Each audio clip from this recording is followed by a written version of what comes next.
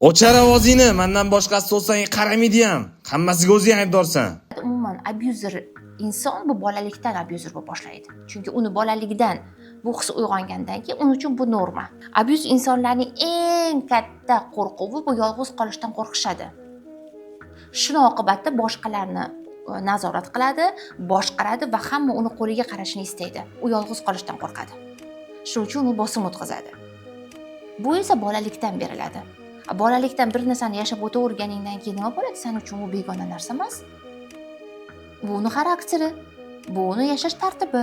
Abuzerni hech kim davolay olmaydi. Qachonki o'zi abuzer ekanligini bilsa va o'zi davolasagina o'zini davolanadi. Bo'lmasa davolanmaydi.